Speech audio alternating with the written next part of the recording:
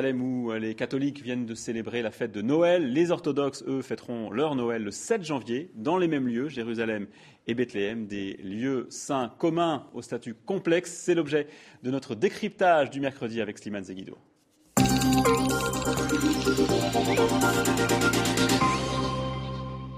Bonjour Slimane. Bonjour Antoine. Bethléem, Jérusalem, ces deux lieux ont été l'objet de rivalités entre grandes puissances, et ce bien avant le début du conflit israélo-palestinien. Des traités internationaux ont été signés dès le milieu du XIXe siècle. Comment on explique ces premières rivalités ?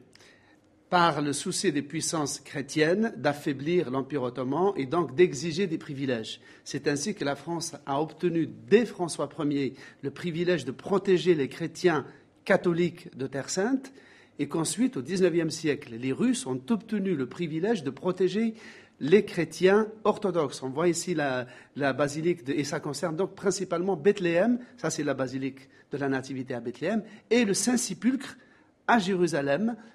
On le voit ici, c'est la coupole grise derrière la mosquée du Dôme du Rocher. Donc, dès le XIXe siècle, les deux lieux, la ville sainte a été dotée d'un statut international confirmé par le traité de Berlin en 1878. Déjà, les lieux saints échappaient d'une certaine manière à la possession des locaux. Alors, la situation, évidemment, a bien changé après la Seconde Guerre mondiale. Que s'est-il passé au moment du début du conflit israélo-arabe ? Alors, on voit sur une carte de 1947, lorsque l'ONU a divisé la Palestine entre un État juif en gris et un État arabe en rose, les lieux saints de Jérusalem et de Bethléem, vous le voyez sur ce petit corpus separatum, ont été dotés d'un statut qui n'appartenait ni à l'État juif ni à l'État arabe, mais dépendait directement de l'ONU, et ça s'appelait le corpus separatum. Alors ça, c'était après la Seconde Guerre 1947, ça a évolué en 1949. Tout à fait. On le voit sur la carte. En 1949, il y a la première guerre israélo-arabe. On voit que Israël s'avance vers le corpus separatum, prend à peu près un tiers du corpus separatum, et la Jordanie prend les deux autres tiers.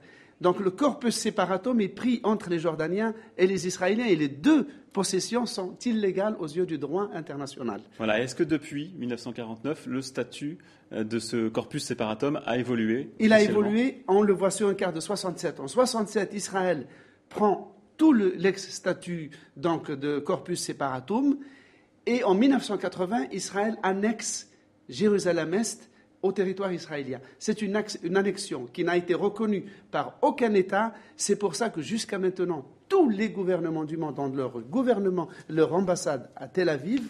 Et le statut futur, c'est qu'il commence à se dessiner une idée que ce corpus separatum devrait revenir aux deux États. C'est-à-dire que la Jérusalem-Est devrait être la capitale du futur État palestinien et la Jérusalem-Ouest la capitale de l'État d'Israël. Merci beaucoup, Slimane Zeguido, et on se retrouve bien sûr mercredi prochain.